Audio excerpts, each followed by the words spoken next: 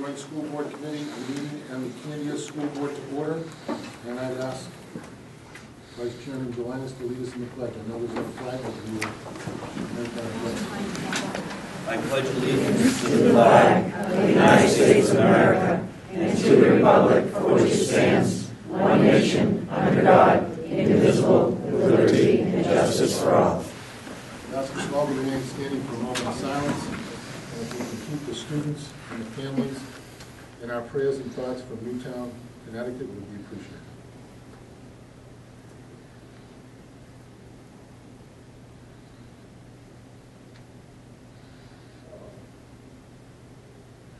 I'd ask the clerk to call the roll. Mayor Bassis. Here. Mayor Member Ambrosi. Here. Mayor Member Langton. Mayor Member Stewart. Here. Mayor Member Schultz. Here. Mayor Member Rokas. Here. Mayor Member Susi. Here. Mayor Member Wibby. Here. Mayor Member Staub. Here. Vice Chairman Jelinas. Here. Mayor Member Connors. Here. Mayor Member Beaudry. Present. Mayor Member Avard. Here. Mayor Member Cooper. Mayor Member Beauchamp. Here. We have 13.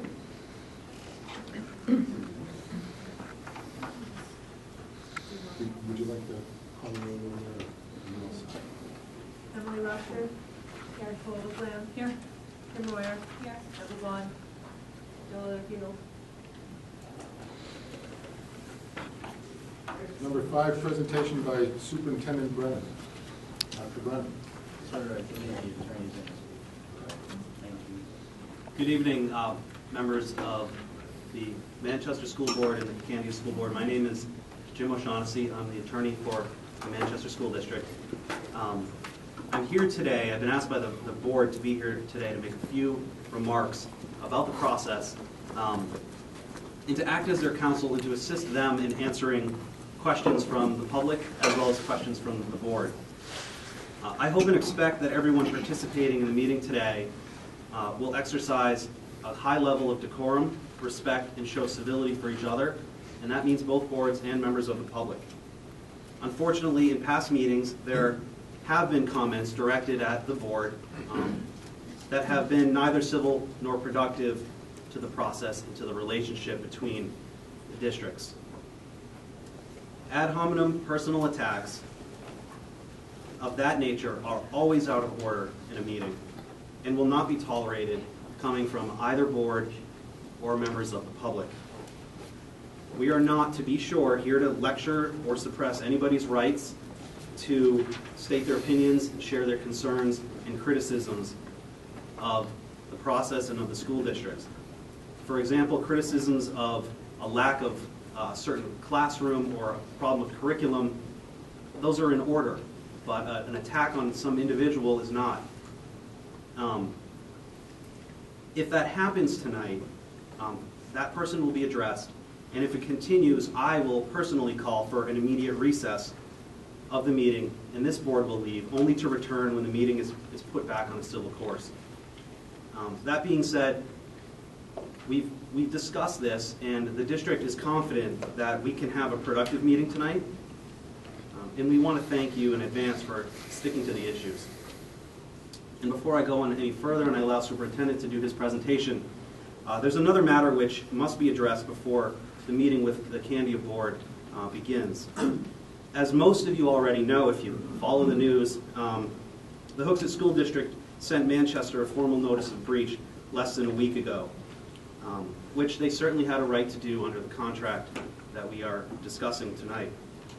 That notice, however, triggered a formal resolution process in the contract because Manchester absolutely disputes that it is in breach of its agreement with Hooksett and Candia.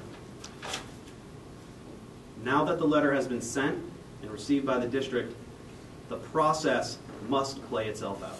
And so the district is in, the Manchester School District and the Hooksett School District are now engaged in a formal process under their contract. And the next step in the contract is for Manchester to respond, which we intend to do. However, before we respond, we need time to evaluate the claims and the assertions made by Hooksett, to evaluate those, time to respond, and time to reply in an answer. we're not going to jump into the middle of that tonight because there's a formal process that we're engaged in. And although this letter was received after we scheduled this meeting tonight, I have advised the school district that there may be questions, hopefully not. I'm hopeful we can avoid those questions, which we cannot answer until the process with Hooksett is further along, at which point we intend to have a conversation and maybe respond to some of those questions and to address Hooksett's concerns and your concerns.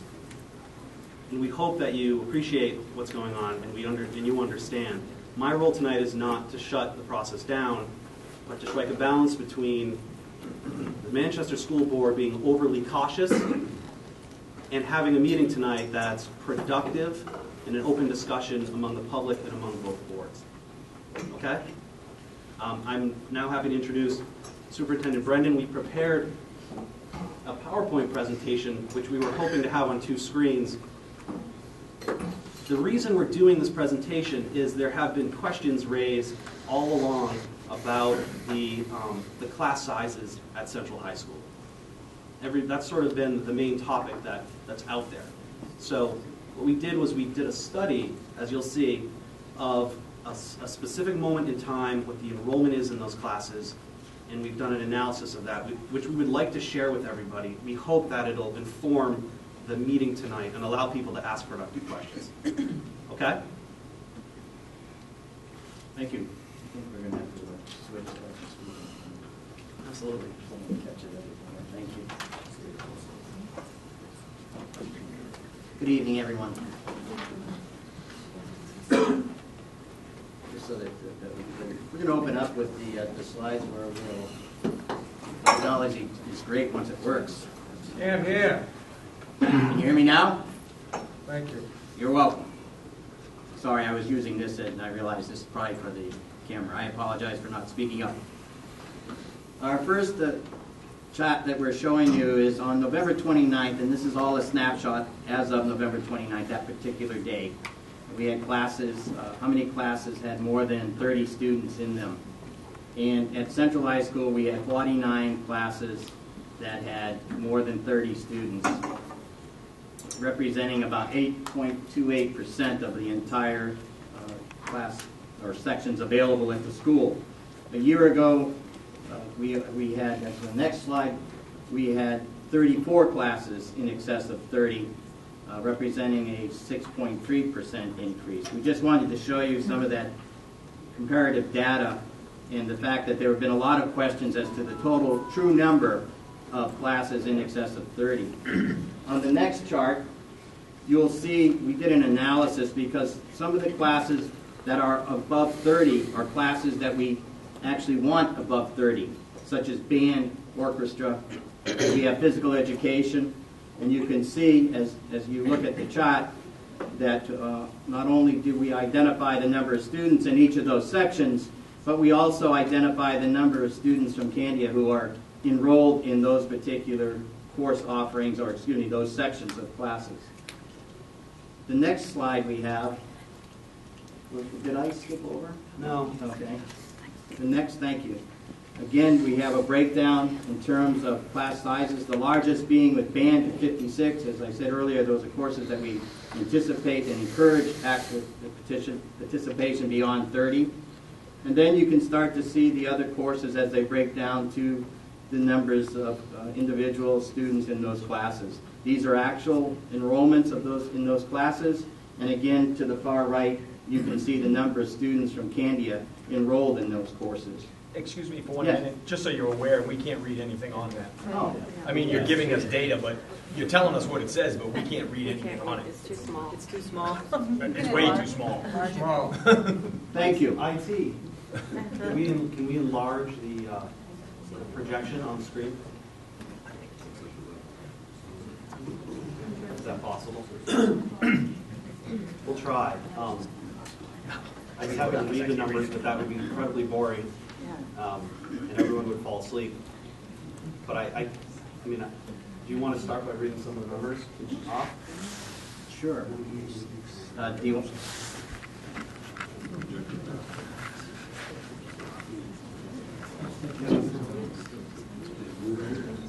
Okay, here we go.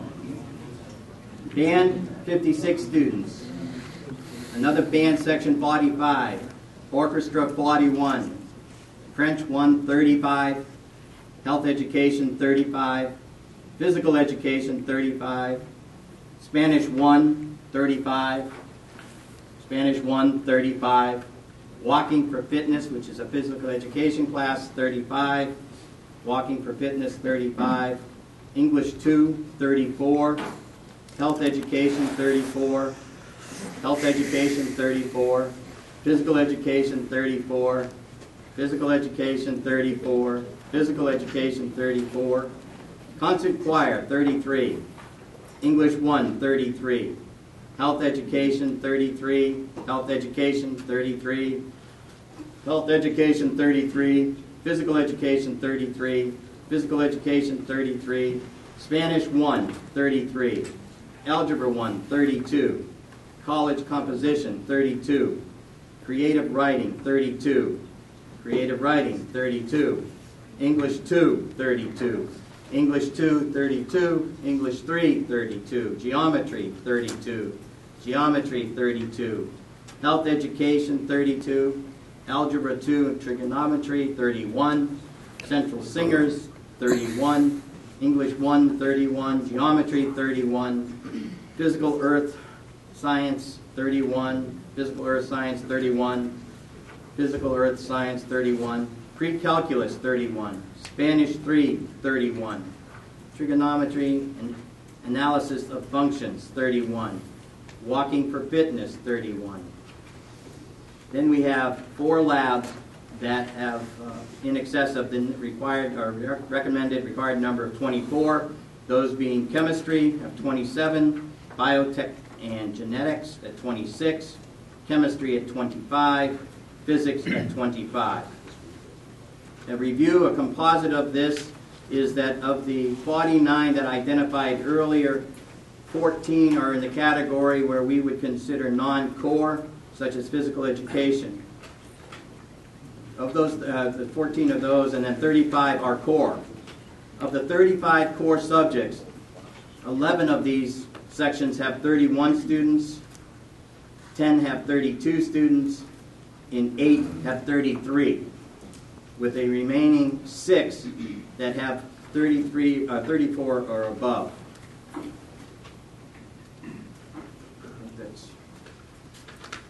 We're going to try to provide enough copies for everybody to have these statistics for the meeting.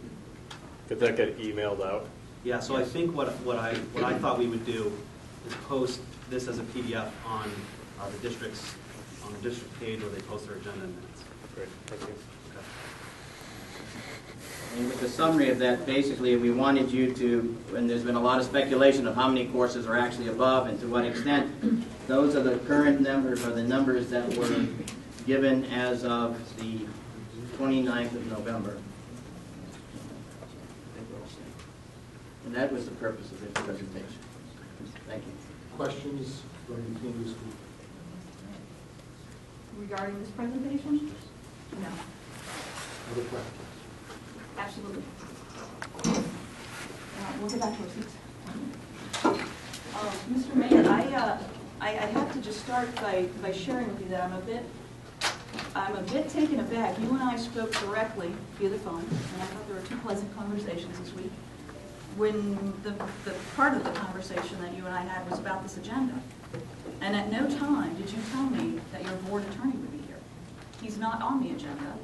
And certainly, if I'd known your board attorney was going to be here, we could have brought our board attorney too. And so in some respect, we might be at a bit of a disadvantage, but we're going to muddle through the best we can. And I don't know, we're going to muddle through the best we can. Just to kind of start off, that was kind of a bad point to start off on. Well, only to tell you that when we had our conversation, I didn't know that was happening. Okay. Unfortunately, I missed the last meeting. I was working, and I was out of town, so I wasn't able to come. But I think that the Candia team, in whatever way they may have communicated, I thought it was done quite well. Clearly, the attorney has stated that you didn't feel the same way. We meant no harm. But we certainly felt as though Candia had been overlooked. And I'd been to several of your board meetings, and oftentimes there were discussions about the sending districts. And hour upon hour, meeting upon meeting, Candia had never been mentioned. And so we were feeling a bit, gosh, we need to get your attention. We're here on a very clear basis. The contract clearly states, it's raining something down, it worries me, but the contract clearly states the state standards are very, very clear. And so, Dr. Brennan, we appreciate doing a presentation that shows the Manchester School District is going against state standards, which is part of the contract. So this presentation shows that the major violation of this contract is the number of students in core classes. The second major violation is the number of students in the labs. The violations continue down. And I know that Arthur Beaudry had asked specifically in the last meeting, what are all of the violations? Get them all out on the table. Because we want to be able to address all of them. And I think that's fantastic. And I know that Arthur and I had a chance to speak this week. And I thought it was a productive meeting. I think that certainly if we can tackle the big part, which is class sizes and not enough teachers, then we can move on and we can take care of everything else. Continuing to ask us about all these advisory councils and things of that nature, it's almost like a deflection against the important part. And so what we want to know tonight is Manchester going to meet state standards, or are they going to release Candia? And so I throw it back to you, let's start there. Dr. Brennan? What do you want me to address? Why don't we do it together? First, let me thank everybody for coming, and certainly everybody will have their opportunity to address the board in a public forum at the end of the meeting.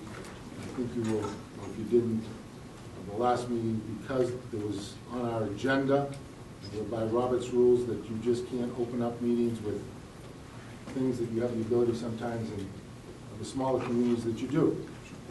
Because I can tell you the press on a regular basis presses us on why are you having a discussion about something that's on the agenda, not on the agenda. So first let me say that the City of Manchester has had an excellent reputation with both Candia and Hooksett. Hooksett has been in the community since 1902. I'm not sure what the date of Candia, but I'll bet it's probably as long. And I think that the education that Manchester kids get, Hooksett kids get, and Candia are exceptional. The education that most of you, as I look around the room, that have been natives for Candia for a while and probably attended Central High School, I think you will agree that the education that you got there was a very good one, because I can tell you that the one that I got is the only reason why I can stand before you and say I'm the mayor of the City of Manchester, because of the teachers I had and the quality of education I received. And that quality of education is going to continue, and students are going to be here long after all of us are gone and get great education in the schools that we have here in Manchester. I think it's important that when we talk about the courses and what's available and what was available last year, I think the point we were trying to make is that there were classes that were over 30 last year, and it seemed that maybe it was waived by the sending districts because there was no discussion or complaints about it. So I understand that everybody would like to see classes that are under 30, as well as we on this board too. But I think that everybody will understand. I think that if some of the discussions that some of the sending towns are having, not necessarily Candia, but other communities, are talking to Londonderry. And if you looked at today's paper, lo and behold, their budget committee is talking about laying off 13 teachers. So I'm not too sure that when we take a look at the differences that we have as a community versus what's out in Candia, there's a very much larger diverse community in the City of Manchester and a lot more needs than we have.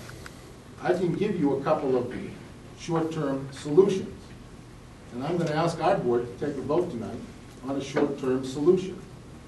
And that short-term solution is that if we had 10 teachers at Central High School that were willing to teach a 6th class, we would have no overcrowding. no overcrowding if the union would allow teachers to teach that sixth class. And we would pay them. They wouldn't teach it for nothing. They would be paid.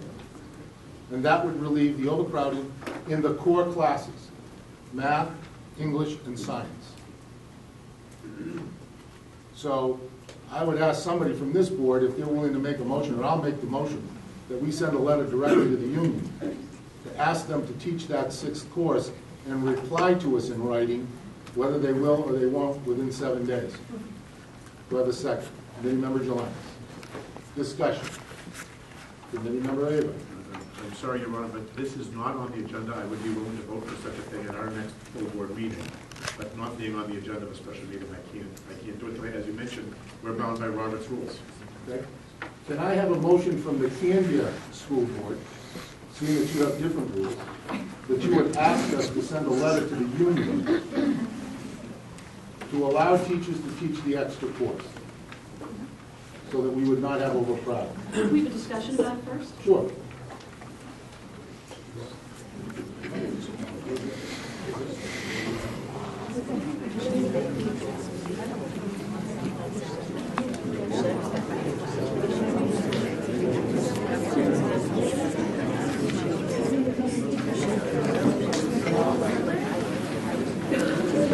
I'm not coming here tomorrow night without a lawyer. Yeah. I'm going to tell him point blank. If my lawyer's not available. Hold on.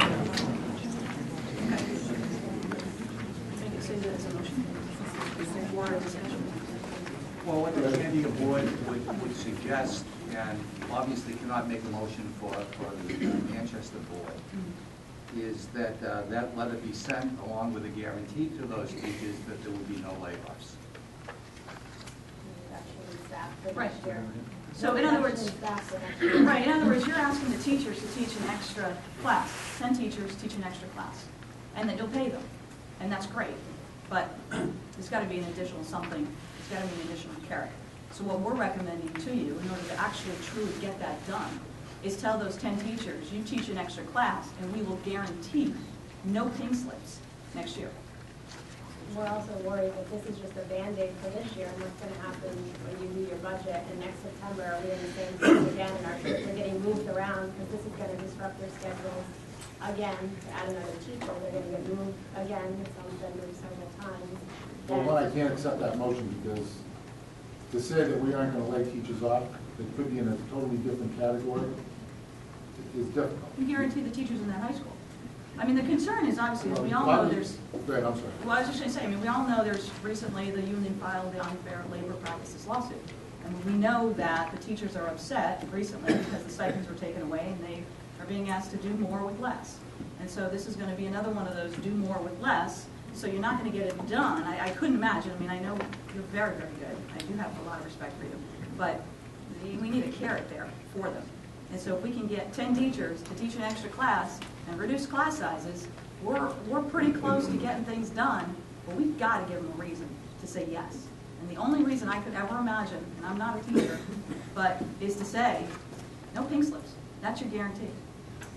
Well, I can only tell you that the only guarantee that I would ask them to do is to make sure that the children in the city of Manchester out of books of Candia would have an opportunity for education. And obviously, as I said 4 months ago, that we all need to roll up our sleeves and be in this together, because it's a very trying time. This is not just something that's unique to Manchester. It's across the state and across the country.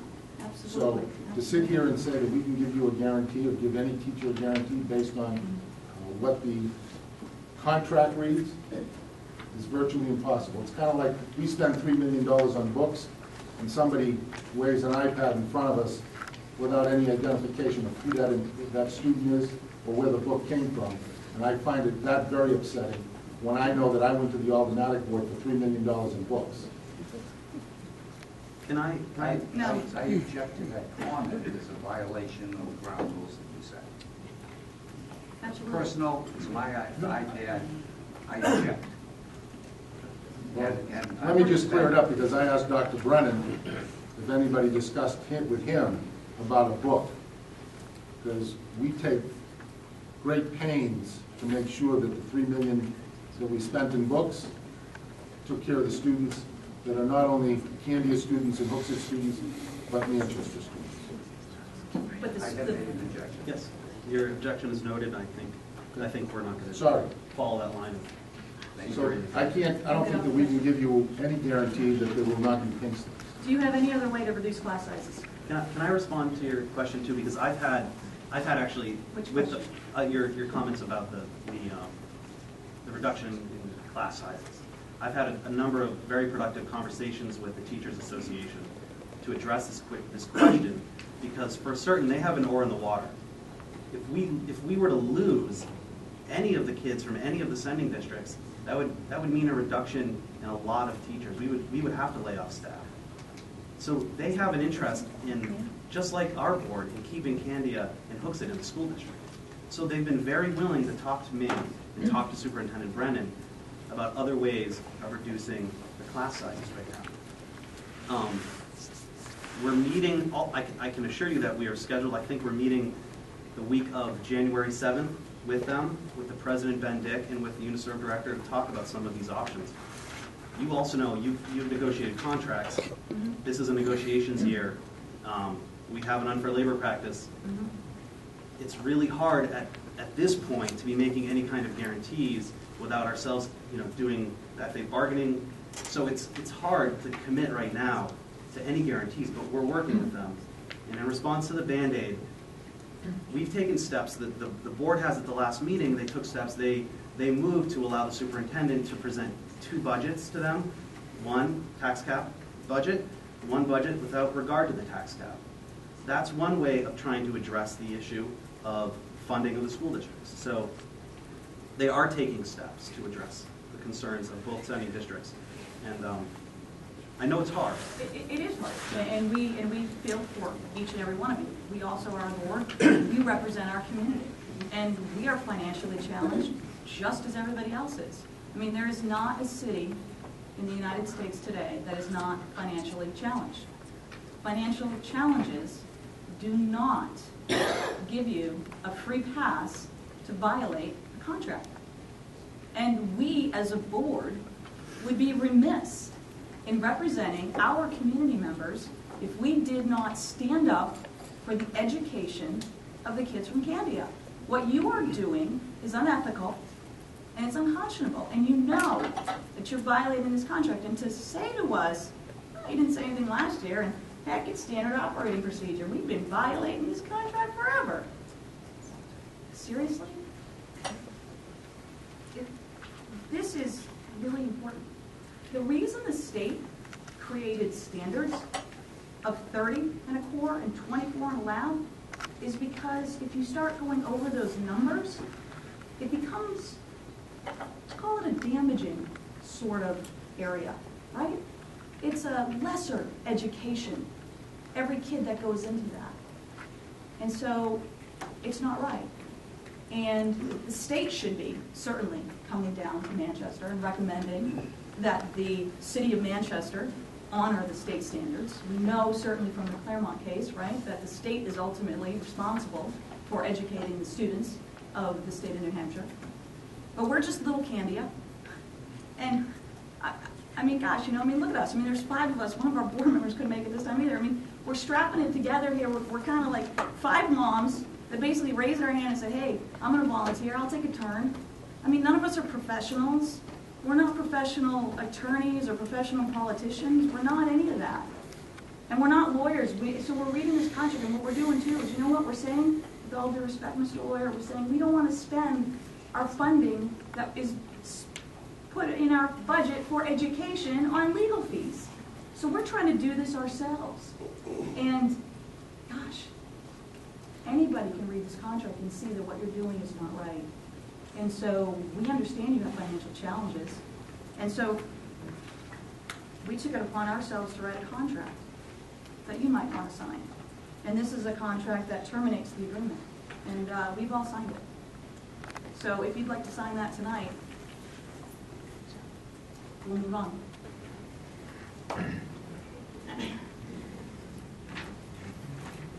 Any other comments? I don't usually speak out of these things, but I have kids in the district as well, and I do have concerns as a mom as well for class sizes and how things are going. It's very difficult to look at next year's budget, and I know you folks are doing the same thing as well. But one of the biggest frustrations I've had this week is looking forward to next year. And I have received email after email from individual Candia parents who are concerned, and rightly, to have their concerns, but saying already that they are sending their children to other districts next year. And I think about that, and you're worried about us laying off teachers next year, but every 5 or so students that you send to another district means that we lose another teacher next year, which means that your students, as well as our students in this district, are even further at a disadvantage next year. So I worry about the Manchester kids for next year, I worry about the Hooksett kids and the Candia kids as well. So what do we do about that? Yeah, no, those are all very valid points. And that's why we're continuing to have these meetings, to try to find a realistic solution. Anybody else from Candia?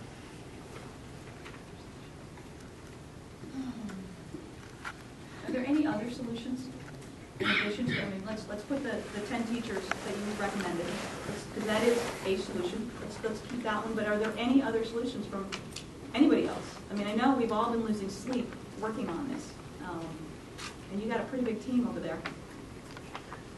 Well, I can only tell you that the budget right now, as it appears before us, health insurance is running over by $1.2 million from where we were. It looks like there's a shortfall in other line items.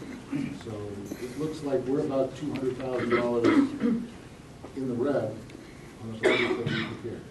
Yeah, our budget committee cut our budget too. That's just, and we got extra, the state pushed down, the state did their price advance against us. You guys did a price advance on us. You're charging us more next year than you charged us this year.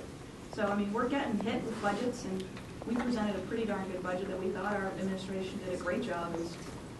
We have a tiny budget compared to what you got. Our whole budget fit into your deficit this year, so it's pretty small. But at the same time, right, it's an under $8 million budget, and we came in almost $300,000 under a year ago, and our budget committee still cut us. So we understand. We do understand the financial challenges. If there's, I can't conscionably say, let's walk out of here without any solutions. We can send things like, we won't pay, capital costs anymore. We could say things like, we could hire a lawyer, quite frankly, and we could just take the legal fees out of the tuition. Instead of sending full tuition, whatever we got to pay the lawyer, we pay the lawyer, and then whatever's left, we pay the tuition. The cautions that you gave at the beginning, as you know, I represent the Hooksett School District, and since we are taking a very legalistic, well, the tone of this meeting started off very legalistic, I would be reluctant to add anything that would be used against the Hooksett School District. Wow, so it's a nice play then. You're on your board attorney, we didn't bring our board attorney. I haven't We been just shut down up our that often in my life, but it's successful. Nice play, Mr. Mayor. Wasn't my play. I'll note that this meeting was scheduled before Hooksett sent its notice, so I'm not sure. Do you think that was intentional? I don't know. I wish we were that darn smart. I really do. I really honestly do. But I tell you what, I was in a hotel room in Chicago, and I was on the phone with Deb LeBlanc, and I was saying, you know what? The superintendents met. Let's try to get something on the calendar with Manchester before the end of the year, before the holidays hit, so that if they do decide to stand up and release us, then we'll be able to get in with another school district before the end of the year. So that's the only reason that meeting was actually scheduled the way it was. I literally had no idea what was going on with Hooksett until I read it in the paper later. So just to let you know. It was mentioned earlier about the board members, our board members receiving emails from parents saying they're not sending their children to school, to our schools next year. That becomes a real problem because, quite candidly, one of the school districts out of SAU 15 did not send their students to us when we were anticipating that they were sending them to us. And we immediately ended up with about a $700,000 deficit to make up. If we truly working together, I think it's important that that type of communication be limited, because we may resolve it. And the difficulty, I also believe, is that if we do resolve it, both in terms of this next semester and next year, and people still don't send their children, we're basing it on a projected number that we'll have this spring. And that in and of itself could create the unraveling of a solution. So I just put that out there. It's sort of a catch-22, because no matter which way we go. No, we see that and we understand that. That's a budgeting challenge. Thank you. I just had a question for you, Adam. Sorry. I know you've given us two choices at this point that was addressed at the last meeting. The first choice was... Not here. What's that? Not here. I'm sorry. Your first choice was to have us reduce the class sizes, and the second choice was to release you from the contract. When you say release you from the contract, are you talking about incoming students? Are you asking to take all of your students that are currently freshmen, sophomores, juniors out of the schools? Is your idea to leave those students in and let new students go elsewhere? Just looking to see where you're going. The contract that we have here, it basically states that, and it's basic, let me go here, nothing fancy, but it just basically says there's no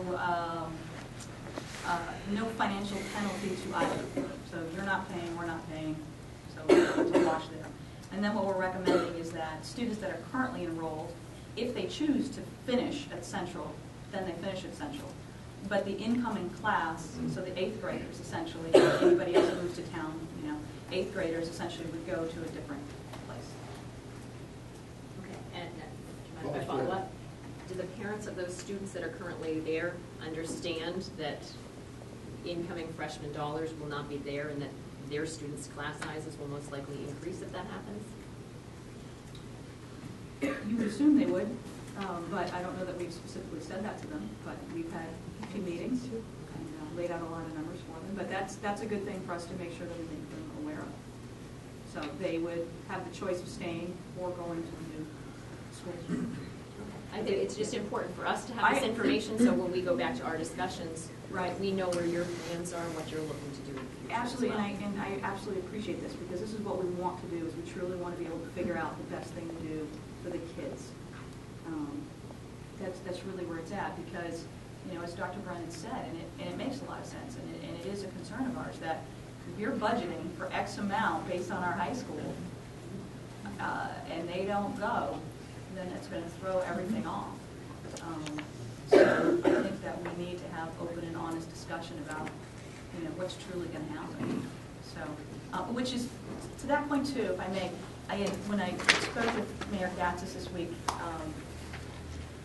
I had asked if we could have public comment before our discussion and then public comment after our discussion. Because as I'm saying to the mayor, I said, in Candia we're small and big, so we're kind of an interactive board. And I realize you can't do that. It's a much different game here. But I think that some of the things the parents are going to say is really important for you all to hear. And it would be helpful to have a forum where they can speak, and then we can come back and speak again. And that's truly why I asked for that, because honestly, it is a dilemma that we are all in. And none of us want to be in this. We'd all much be working on something much better, building like some fantastic athletic field, or I don't know what it would be, but something better than financial challenges and class sizes today. And, maybe the big cities have these issues, but you know what, we're New Hampshire. And, we're not New York, we're not Boston, and we should be able to work together and figure this out for the better of the kids and overall communities. Because it doesn't help being in the paper all day long with these back and forth, right? It doesn't help anybody. It's not something that we look forward to. The things we have, I hear you talking about it, things that may happen, if this does happen, if we do this.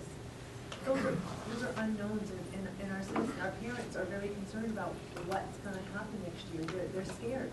They're nervous. They're sending their children there, and they don't know what's going to happen next year.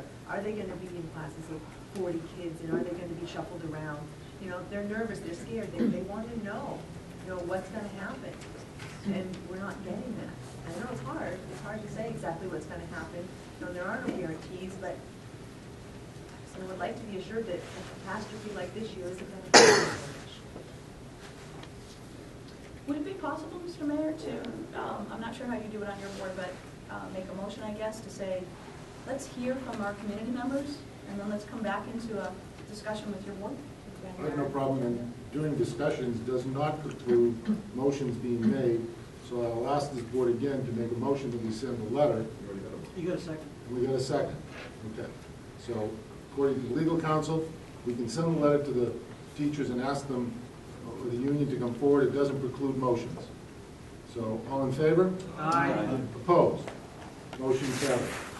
So if we can get a letter drafted, Mr. O'Shaughnessy, to the union and ask them to report back to us in writing within 7 days, I think that would be the first. I think that we need to talk about long-term fixes also, and I don't have a problem letting the public speak, and then we can come back.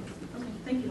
But let's understand that we were in serious discussions with the unions this past year, and there was $4.5 million in concessions that we were looking for, which would have created 90 teachers' positions to come back, which meant there probably would have been no overcrowding. Those union contracts are still in negotiation. They're still being discussed. So hopefully we can come to some resolution within the next 6 or 8 months so that there's a new contract going forward. But that's what's on the table. There's $4.5 million in those contracts that would hire another 90 teachers. How many of those teachers would go to Central High School? You don't know? Okay. No, well, it just, the principal. I hear what you're saying. I'm wondering, because it was one of the questions that I asked the principal when I was in on Monday doing the audit, and he said he needs, at least 6 new teachers. Not new, but 6 additional teachers in order to meet class size. And that comes back to the thing I was talking about, if they were teaching the 6th period and be paid. So, let's, yes, give me a minute. Thank you, Mr. Chairman. First, I want to tell Candia that I'm only speaking for myself. I would love to see Candia stay and work out some type of agreement. We can't be as rigid, though, when you give us an ultimatum of two issues. There are other issues that we can put on the table. Dr. Brennan, the standards from the state, isn't that they're a standard, but they're not a mandatory. It's not a mandatory standard. And isn't there language in there that says as long as the district is striving to obtain that number, that we will be all right? And Well, thank you. The language actually says that you could have an upper limit of 30, you should strive for 25. high school level. But that, again, is not a mandatory standard. It's an administrative rule which can be considered, I believe, as the force of law. We have it here, if you'd like us to No, read it out loud. I think we covered it.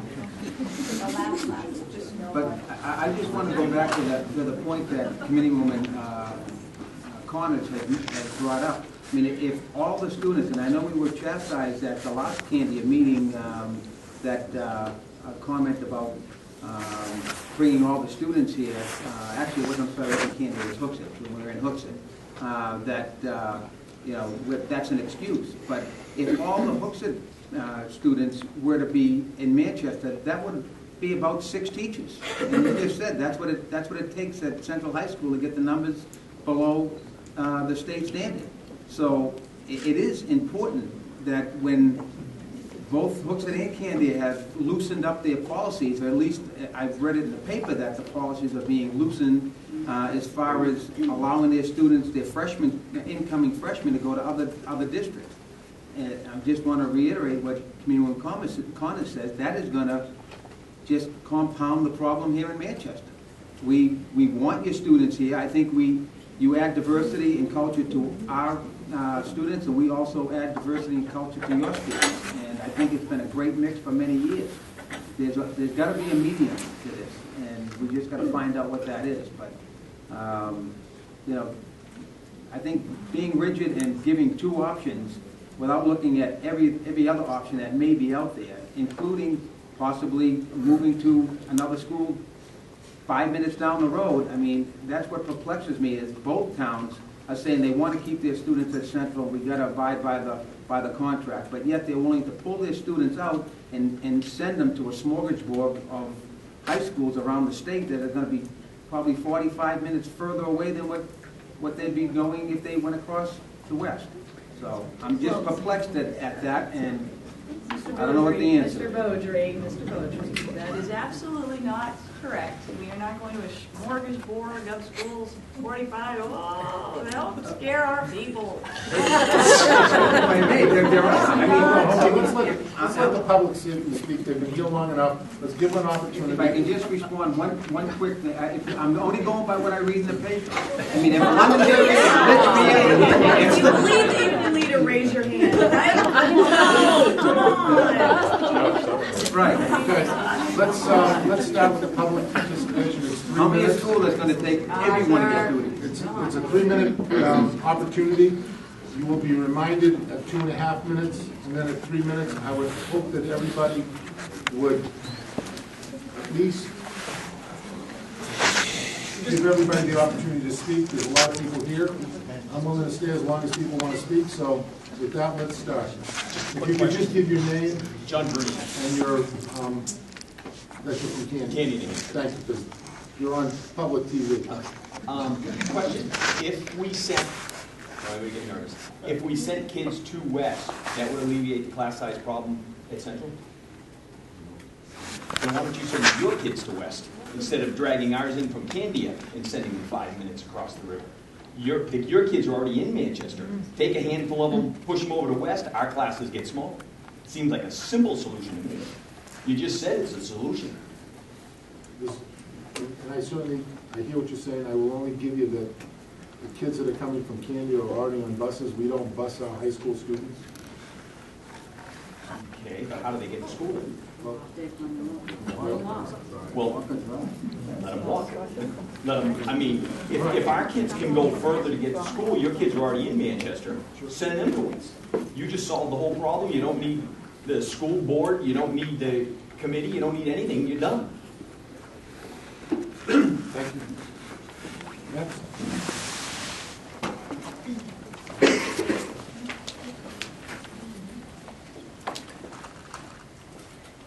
Kathy Baker, Candia, Mayor Gastis, and school board members. I'm very disappointed with what has occurred educationally and emotionally for our Candia High School students. Manchester experienced an $8 million reduction in its 2012-13 school budget. A one-time fund was used to help offset some of the losses, but overall Manchester schools are operating well below what would be considered appropriate funding for a city of this size. With that being said, teachers were laid off, class offerings were reduced, credits to graduates were reduced from 22 to 20. Some classes had more than 40 students to begin the year, and some students did not get textbooks until well into October. Students' schedules were changed, and many classes that students had signed up for prior to the first day of school were no longer offered. I'm aware most class sizes have been reduced, but no child anywhere or anytime should be in a class with more than 30 students. Schools are not meant to be warehouses. Many large high schools go out of their way to try and create small learning communities within a big campus. I would love to believe that all schools strive to have small classes so that kids feel connected, engaged, and are valued members of the school community. We should not settle for anything less for our children. They are the future and they deserve the best of everything, not the least. I did have the opportunity twice this fall to hear Dr. Brennan speak to the Candia School Board. I thank him for being honest as to what has occurred, what is occurring, and what will probably occur. As the educational leader of the Manchester School District, he clearly stated that things would probably get worse before they would get better. When I heard this, I really started to worry. Here is a superintendent on his way out, leaving a district in educational crisis. How can we be assured that when school starts in the fall, it will be any better than this past fall? Where is the money going to come from to hire back more teachers? How can we be guaranteed that class sizes will be below the maximum of 30? We are not looking for a temporary fix, but a permanent one. How can we know that the taxpayers in Manchester will approve a budget big enough to right the educational hardship? Unfortunately for the people of Candia, Manchester will not know until late in the spring what their school operating budget will be and the ramifications that come along with it. This is one risk I do not feel we should take. 30 seconds. As a teacher for 25 years, I feel that all those involved in Manchester, teachers, students, administrators, and the entire committee at large, it is insignificant as to who is to blame. The tremendous lack of money to properly educate in the city of Manchester has created many unforeseen issues, and I do not feel it is just to have our kids stuck in this underfunded educational nightmare. As a parent of a 12-year-old and 9-year-old, I will not send them to Manchester. They deserve better, as do all the children and families in Candia. Thank you for the opportunity to share my concerns. Next.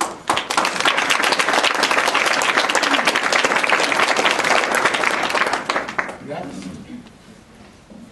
Is there anyone else wishing to speak? I'm Neil Regis, Candia. I lived in Manchester for about 26 years. Love the city. Got a lot of friends in Manchester. Forced to move out because of cost of living, so I moved to Candia, another great town. Love the people in Candia. I was one of the ones who was very upset and figured if you're in breach of contract, let's just leave. But I heard someone say there's other kids, I've got friends here, so I don't want to be selfish and think it's me, me, me. I got a lot of friends that have kids going to the school system here, and I don't want to hurt their kids either. So the only thing I can say is, instead of taking all our energy trying to figure out how to get out of a contract or blaming, pointing the finger, let's fix the problem. And I think that really falls on you, Mr. Mayor, to do that, to figure out where to get the money from and not let the educational side of that suffer. Like I said, I got friends that come here, they go to Manchester here, a lot of them. I don't want their kids hurting either. I don't want my kids to suffer. But I think the responsibility falls on Manchester to fix the problem. So let's just fix it. That's all I ask. Let's fix the problem and stop playing around here. Let's get it done for the sake of our kids, both Manchester and Candia. That's it.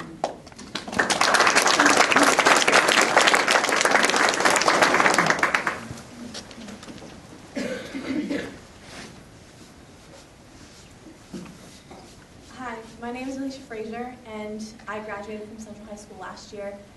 I had a lot of note cards prepared, so I'm going to have to try to really summarize it up. As you can see from my shirt, I love Central. I think if a lot of towns look into Candia, they have a lot of misconceptions about Candia.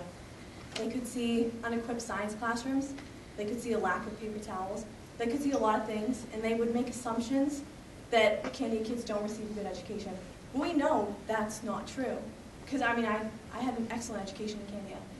I think a lot of the people in this room are making the same misconception about Central.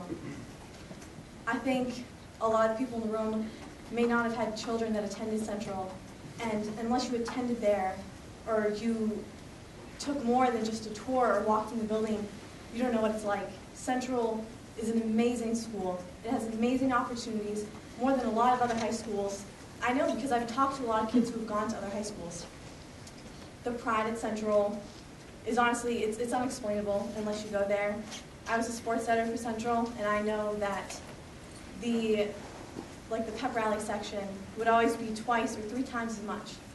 And the opportunities at Central within, the extracurriculars, all of the different variety of classes, you don't get that in a lot of other high schools.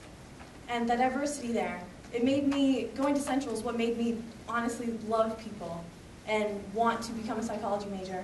I'm attending Southern New Hampshire University right now, and because of all of my senior classes, I got credit for a large majority of them. I can graduate a whole semester and a half early. I received an excellent education from Central. I went back just today, and I went back to thank a lot of those teachers today, to say that they prepared me more than I could have asked for my college education. We have a lot of students from Candia, almost every year, that graduate in the top 10, which proves one of 2 things: that Candia receives a great education in Moore School. It proves another, that Central continues to further that education. And we have a lot of students from Central who go on to graduate and go to Ivy League schools. Central provides an excellent education, a well-rounded, program of extracurriculars and all that. And I think it would be in the best interest if Candia and Hooksett stayed in the Manchester School District. And I'm glad that Manchester still wants Candia, because there's a lot of students who would love to stay here. And it's more than just numbers. I know class size is a huge thing, but if you really want to look at education, look beyond the class sizes. Look at what the schools offer. You want a long-term fix. If you go to Londonderry or another school, can they guarantee a long-term fix? I don't think any school can. 3 minutes. Thank you.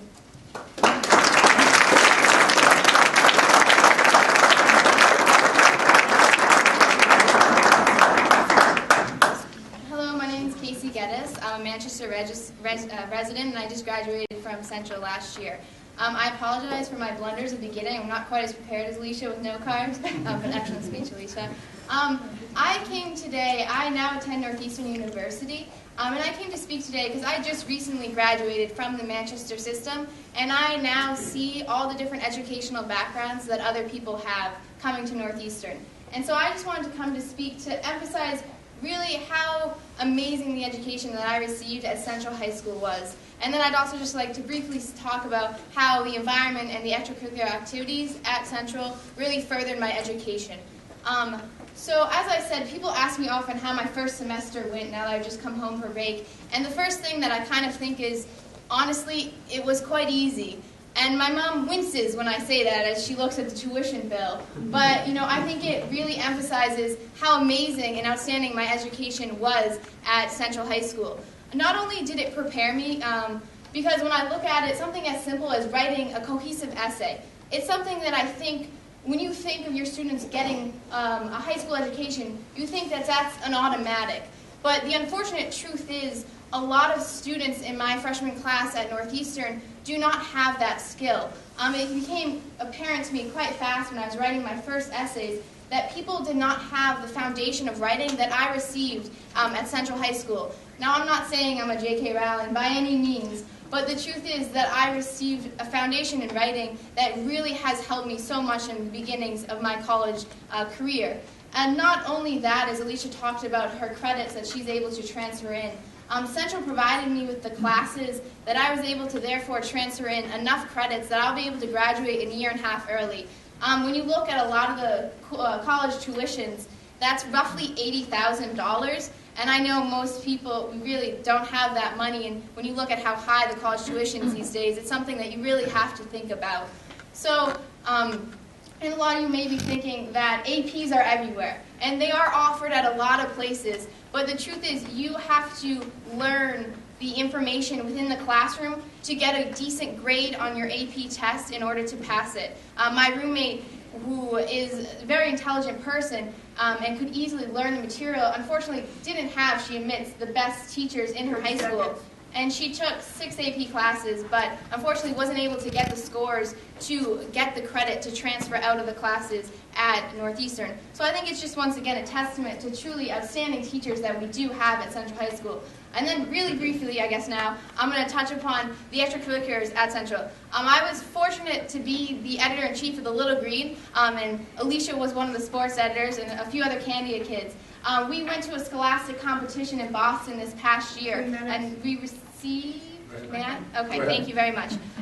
We received two awards, and the highest award we received was actually the highest award that the Scholastic Press gives out, which was the best newspaper in New England. So I think it's truly, that is just a testament. Not only are there no other schools around here, there's no other schools in New England that have some extracurriculars like that, like our newspaper, and have the experience to work on it as a student. And I mean, my experience with the Little Green is not just that one club at Central. As you look at Hawaii, the band going to Hawaii.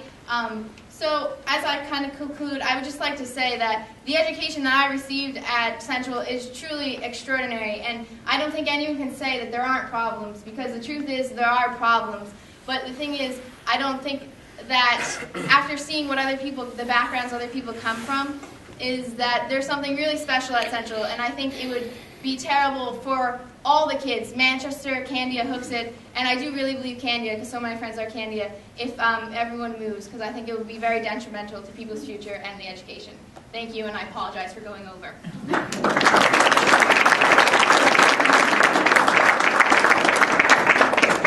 Just a couple of things before the next speaker starts. I can tell you that I get interviewed by an awful lot of reporters. And I can tell you the young lady that just spoke used to come in and see me every 2 weeks, along with another colleague, and she used to ask the toughest questions. So I applaud you, congratulations, and great work at Northeastern. And I don't want anybody to think that I just planted those 2 students in because it's truly about Central pride. And I know that a lot of parents probably participate with their children at Central, but I can tell you that when you graduate from that school, there's truly green blood that runs through your veins. So go ahead. My name is Karen Frazier. That was my daughter, Alicia, the first speaker, her friend Casey. I wondered, do any of the Candia School Board members, do any of you have kids at Central, or have you had kids at Central? I'm just curious. One of our school board members, which is not here. We have 2 Okay. school board members who are graduates of Central. I went to West. And we have, one of our board members has 2 students, 2 kids who are currently students. Okay. I have a nephew at Central. Okay. And we have a ton of friends at Central, so. We have a connection. Okay, So, I just wondered, I wasn't sure. I just wanted to speak about my firsthand experience at Central. I have a son that graduated in 2010, a very handsome. So I have a smorgasbord of notes here, Mr. Fordry. I just made them at random as we went through the conversation. So first, so things that came up tonight. We talked about, these issues were true all over the state, and that the financial problems faced by the Manchester School District were duplicated everywhere. That is simply not the case. I haven't done a study of this. I've just kind of taken note of what's been in the newspapers over the last 2 months. But you can go and look this up. The town of Bedford gave a couple of $1 million back from its school district. It had more money than it needed. The town of Milford gave money back from its school district. It had more money than it needed. The town of Keene gave money back to its city. Sorry, each case is given back to the city side. They had more money on the school district side than they needed. The town of Nashua had more money in its school budget than it needed this year, didn't spend it, gave it back to the town. The town of Amherst had more money in its school budget this year than it needed and gave it back to the city side. So I just want to put to bed the idea that the terrible financial condition that the Manchester School District finds itself in is duplicated across the state. There may be other cases, but it's simply not the case that it's repeated everywhere. Another item, the book item that was brought up earlier, and sadly that we saw on the New York Times 2 weeks ago. It's claimed here by some that book $3 million was spent on books, and that now there are adequate books in the city. As all the Manchester School Board members know, because they've been informed at least twice publicly, that there are not enough books in the Manchester School District, and there were not enough books. And you know this because courses, of the many courses that were dropped this year, some of those courses, there may have been enough books, possibly, for all those courses when you were running all those courses. When you drop courses, as you all know, there were not enough books. Kids had to shift to the remaining courses, and there were not enough textbooks for those courses. So for anybody on the Manchester School Board to say publicly that they didn't know that there was a problem with textbooks is disingenuous, because it was notified to the board, discussed at the board, and the board knows about it. With regard to another item, students at Central High School. By the way, I have a student at Central High School. I have 3 other kids, one in 8th grade, one in 7th grade, and one in 5th grade. So I would hope to have, I have a sophomore this year, I hope to have a freshman there next year, and I hope to have another freshman there the year after that. And I hope that the school that they go to is the Manchester Central High School, that all these wonderful and erudite students who spoke tonight are so proud of. Because I want it to be the Central High School that Mayor Gatsis graduated from, that many of you graduated from. I want it to be the school that so many citizens of Candia and Hooksett and Manchester were proud of and are rightfully proud of. But Central High School is not the school that it was last year. And Central High School is not the school that it was 2 years ago. And Central High School is not the school that it was 3 years ago. Look at the cutting room floor. I'll try to be brief, Mr. Mayor. 3 minutes is over. Look at the cutting room floor. 3 minutes is over. Let him finish. I would like to finish, please. Let her finish. Let them finish. With your indulgence. So, if we look at the cutting room floor, we all know the number of courses that have been dropped, not just this current year, but the courses that were dropped the year before, and the courses that were dropped the year before. When these wonderful students, wonderful examples of what Central High School can produce, and still does produce, and we want it to produce into the future, spoke tonight. It struck me when they talked about their reliance on the teachers at Central. It struck me, were they talking about the teachers at Central today? Or are they talking about the Central school teachers who taught there last year, who this year are teaching at Hillside Middle School, or at a grade school, or at another middle school? Which Central High School teachers are they talking about? Because I've got to tell you something, the Central High School teachers that they were talking to last year, some of them are not there this year. The ones from the year before are not there, and we're all pretty sure that many of them who are there right now won't be there next year. I'm almost finished, Mr. Mayor, and I do appreciate all your time. I'm not giving you the time. It's obviously people that want to hear somebody from the city of Manchester that wants to tear down the school district. I do not, Mr. Mayor. I object to that. I don't know if our attorney has any comment on any ad hominem attacks. Yeah, come on. Mr. Attorney. Would you like to stop and finish your time? No, I don't have no ad hominem attacks. It's Christmas week, Mr. Mayor. We're all going to be trying to be magnanimous here. Why are you not in your Santa Claus suit? I don't have one. Oh. Do we? That's two, Yeah. Mr. Would you like to step in, Mr. Attorney? Yeah. I'll wait to hear from the attorney. Oh. Yeah. You say no ad hominem. Yeah. I'm going to call a recess. I'm going to call a recess. Good. 5-minute recess. This board will leave. We'll adjourn in 5 minutes. Well, Give everybody an opportunity to. Could I just finish? I'm not going to take all night. I have like 2 more minutes. And I wouldn't have indulged any in hominem attack. I did not break any of your rules, sir. No. You asked me to address the ad hominem attacks, and I said I'd call for a recess. Would you like me The to? school board from Candia would like to speak. Go ahead. We'd like to ask you, you had your 3 minutes, we appreciate it, but we would respectfully stand down. It's getting a little bit too heated, okay? So we're really genuinely trying to work these out. Thank you, but if you could stand down. One sentence to finish. I do want to make this point that I strongly believe that Central High School can be the school it always has been. I would ask Candia to stick with the process and work to solve this problem, because in the end, my kids wouldn't be at Central and wouldn't be going to Central if I didn't think it was not just a good school, but a great school. And I'm here tonight to claim that and to fight for that and to make it that in the future. Thank you very much for this.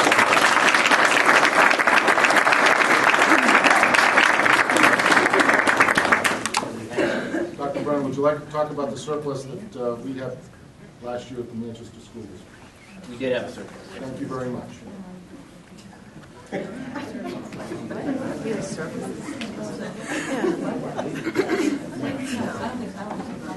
Anybody else wishing to speak? And it's required to be reported. So we asked that, did you do that? And if so, what was the response? The principal did. It's called a significant change or significant impact. I believe that's somewhat of the language. And yes, it was reported by the principal. We have not received, at least to my knowledge, any response from the schools. Why did we not receive a copy of that? Of the Right, because as you know, in our contract, we're supposed to receive. You'll get a copy. I don't know why. Do you know when you're supposed to receive information back? I will find out. No, I do not. The contract has been referred to so many times, obviously, because we're all talking about this, and it keeps on the contract. And I don't know how many people have actually read it or not, but I think it's important to know that from the contract, it clearly states material breach or default being as the failure to, and there are several things underneath that, qualify as a comprehensive school in accordance with New Hampshire statutes and state standards, or to follow practices required, such as the Manchester School District represents and warrants that it will, during the term of this agreement, which as we all know started in 2003 and goes till 2023, it warrants that it will, during the term of this agreement, provide a course of studies for grades 9 through 12 and the necessary facilities equipment, supplies, somebody said we don't have paper, right? Textbooks, teachers, and administration. So you can, textbooks, I know we had a situation with textbooks, but that's been solved, so there's no issue there. Supplies, equipment, you wonder about technology, but certainly teachers, not enough teachers, class size is too high. These are our key areas. And so far tonight, our concerns have not been put to rest.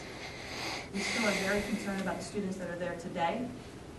We're extremely, extremely concerned that next year will be a repeat of this past year, God forbid, worse. And days go by, day after day after day, and we don't hear anything about how it's going to be resolved or positive things. I have heard the stories of VLAX, and I understand that. I think that's a great program for certain kids, but not for all kids, obviously. Everybody's a different learner. But we ask that we're in a contract, and essentially it's no different than we're simply consumers, and we've gone to you for a service. And it should not be put upon this board to fix it. It's your system. Dr. Brennan is the superintendent and is responsible for the education. Mr. Mayor, with all due respect, you run this great city. I'm born and raised in Manchester. I grew up in the home that my grandfather built. My grandfather was a former mayor. I love Manchester. But where we are today is embarrassing. The schools are underfunded. We need a resolution. Because Candia leaving is not going to help the financial position. And we all are here truly for the kids and the kids' education. So can you please give us some sort of a positive solution? That's all we ask. I wish I could give you a positive solution. I've given you the short-term solutions that they do look at. And I don't think anybody on this board, if there was a solution that we could achieve, not only to assist Candia students and Hooksett students, but also Manchester students, we would thank you every single attempt to do that. I can only tell you that the trying times that we have today is much different than when that contract was signed 10 years ago. Any community that's sending back money to their towns right now, I hope realize that the retirement just hit the city of Manchester on the school side for $2 million. It hit Candia. And all I can tell you, $2 million is about 1.5% on a tax rate. So, you know, for people to think that we're not trying to move ahead and get things done, it's not an easy task. It is very, very difficult. It's not an easy balancing act. And I'm the first one to tell you that if I believed in my heart of hearts that a problem would be fixed by raising dollars to taxpayers and the problem would go away, I'd be the first one out there pledging my best to do what needs to be done. There's only one problem. Raising those dollars for wages and benefits, as we've done for the last 4 years, using one-time money, doesn't solve the problem. It doesn't go away. So the increase that you would ask taxpayers for this year, you would have to go back to them for the same thing next year and the year after, and it wouldn't resolve the problem. And I know that Candia School Boards and the council that you have out there is very respectful of the people in Candia. I look around the room and there are many very familiar faces that I remember when I was running in the Senate. So I understand what those problems are. I understand them from the city side. I hear Hooksett and understand where Hooksett is. But I think the most important thing that we can take out of this discussion today is those 4 or 5 students that you heard speak. And I can tell you that it's important to hear parents speak also. But students come in, my door is open, and they know it. And any parent that wants to come in and discuss with me what I see for budget situations in the city of Manchester, I'd be more than glad to have those discussions with them. And I think it's important to have those discussions. And if anybody wants to sit at the table, come on in. Because there's not something that says, well, Mayor, as some people will say, we spend more money on the city side. Just about every dollar we raised last year on the tax rate went to schools. The unions on the city side took concessions. They went from a $5 copay on health insurance to a $20.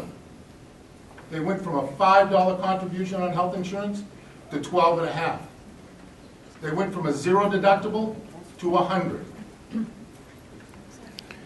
So the city side made those concessions so that people wouldn't go home. I would hope that the conversations that we have with the teachers continue, because we must come to a common understanding so that we can all give educational opportunities to our students here in the city of Manchester. And I don't take my job lightly. We had a superintendent search. I had to go raise the money to pay for it from the private sector. We're putting in VLAC labs. $60,000 I had to raise from the private sector.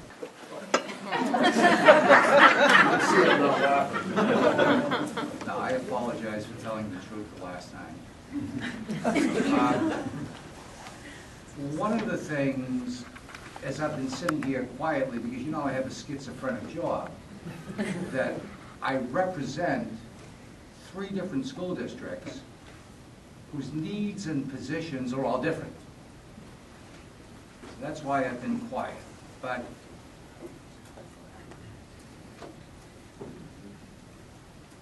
we like you guys. And despite the fact that the mayor is angry at me, I have a great deal of respect for him. And he's probably the best city CEO I've ever worked with. So I've been sitting here quietly, listening to a lot of rhetoric and anecdotal things, and I've been processing a little bit, and listening to your counsel. And as you know, it's what you read in the paper is always true, so counsel, I'm ready to fight anytime. But I have some suggestions and reactions. I'm dismayed by the conversation appears to me to be defensive as opposed to problem solving. Like I'm leaving here tonight truly believing that the Board of School Committee doesn't think that there's an issue surrounding adequate resources. It's hard to join hands and solve the problem if not everybody recognizes the problem.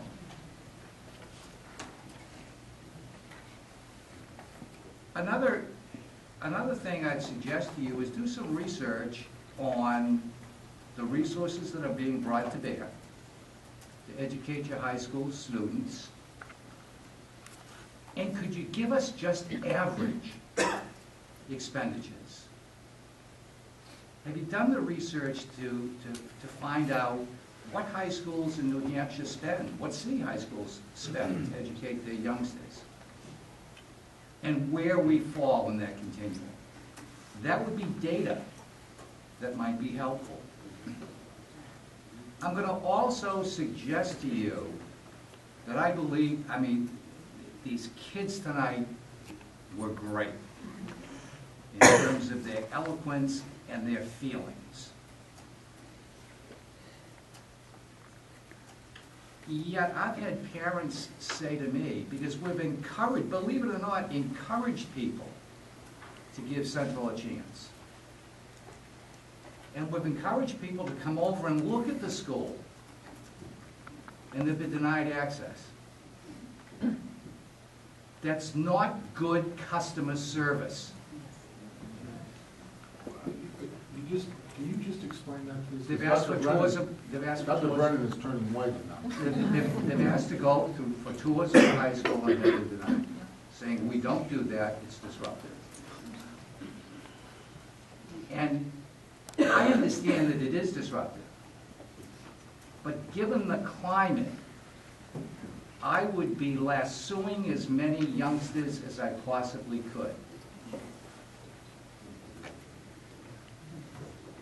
Dr. Littlefield, while you're thinking,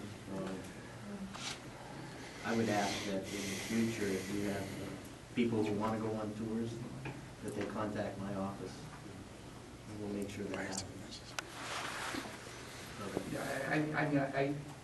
And with all due respect, Tony, I'm a K-8 superintendent. I'm not a high school superintendent.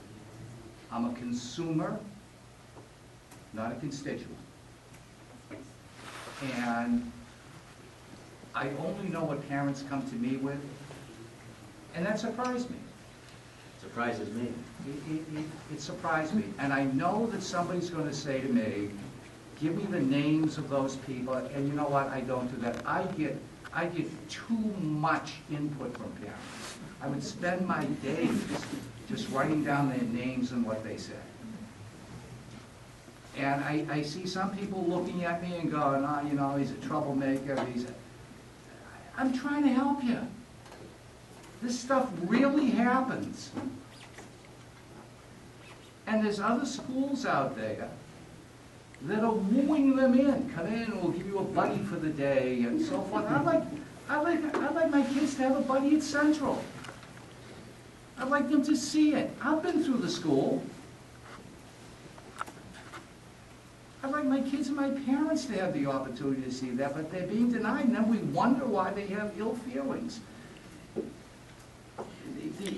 The other thing that I would encourage you to do, the rhetoric is interesting, but it's really performance that counts.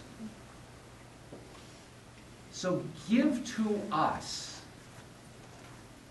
the indicators of excellence that you're talking about, not the rhetoric. That Central's an excellent school. Give us those indicators to share with our communities. You know, what are those indicators? Are they 4-year college placements? Are they 2-year college placements? Are they dropout rates and a low dropout rate?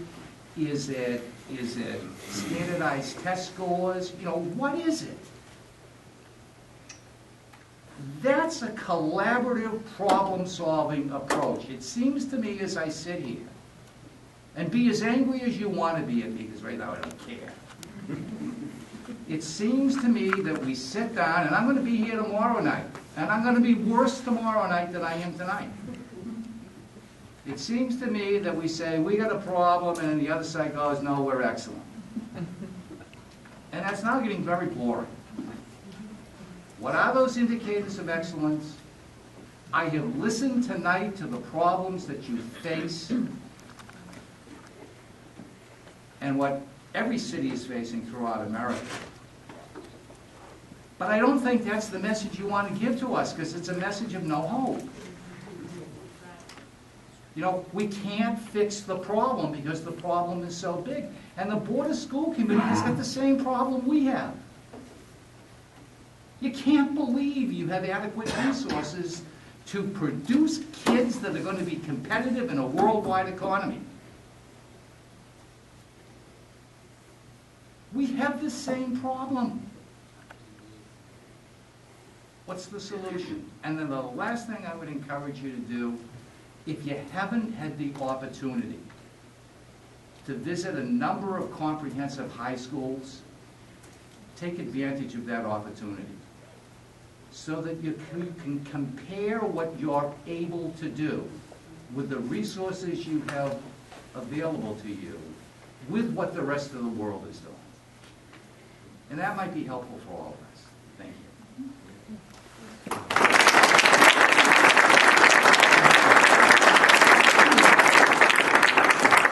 Dr. Littlefield, I might be mad at you, but I still respect you. And vice versa. And I couldn't be more. Let me just say that, you know, I had the fortunate, or maybe misfortune, of going to a mayor's conference when I was elected. There isn't another high school in the country that has 82 different languages spoken at, like Central High School does. Not another one in the country.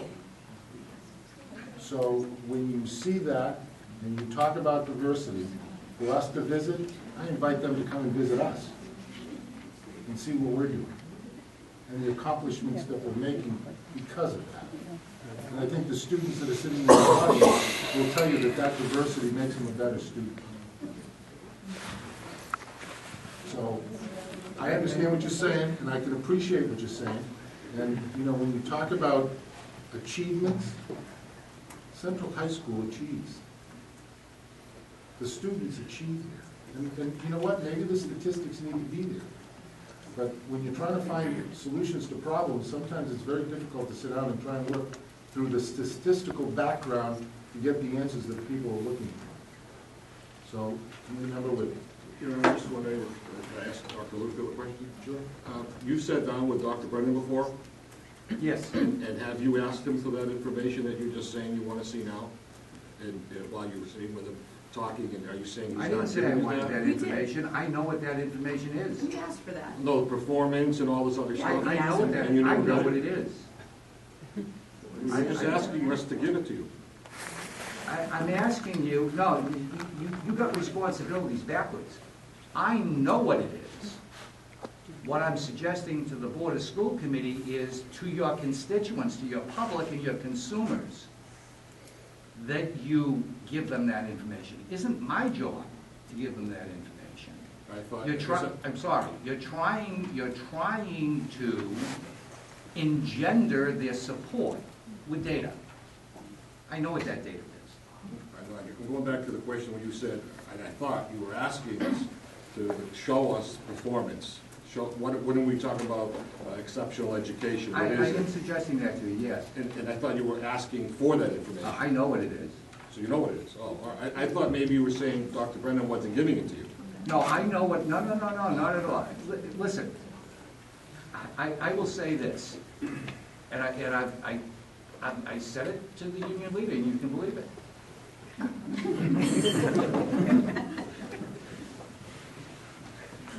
If there is anyone that I would think has the ability to shepherd your district to excellence, it's the person 2 doors over to my left. So communication between Tom and I is not an issue. We can't change reality. And it's the reality that is the issue. And, you know, I'd like to finish, if I could take the opportunity since you addressed me directly, Mayor. There is nobody in this room that has more experience with diversity and urban education than me. I'm not a country bumpkin. I spent my career as an urban superintendent in the Merrimack Valley, where actually a lot of our diversity in southern New Hampshire is coming from out-migration from the Merrimack.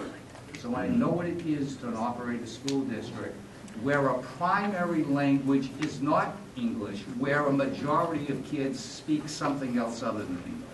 And I appreciate the doors that open, in terms of the doors it opens for the majority of kids to be exposed to that. Thank you, Ron. I want to start off by saying, you know, I am the proud parent of kids in this district. I have 4 children at West High School right now. Twins that are about to graduate this year, twins that are in second and sophomore year, and I've got a boy that's on his way there next year, and I look forward to him going there. I wouldn't trade the education that my children have gotten at West High School for any other school in this state. Regardless of issues that have gone on in this district, there are issues. Right now, West is underpopulated instead of being overpopulated. We have classes that don't always have the enrollment to have the class. But you know what? The teachers step up, and my kids have gotten an amazing education. And if you're looking for litmus, I don't have standardized test results in front of me. but I can always be a cheerleader for West High School. And it breaks my heart that both districts, both Senate districts, say, oh, don't talk to us about West. We don't want to look at West. West High School puts out some tremendous students, and it's amazing what's going on over there if you look. The Francis Wayland Parker Scholarship Program in the state of New Hampshire is by the New Hampshire Association of Principals. And they choose 8 students every year and recognize them, 1 a month for 8 months. And then a final winner for the year wins a scholarship. Last year,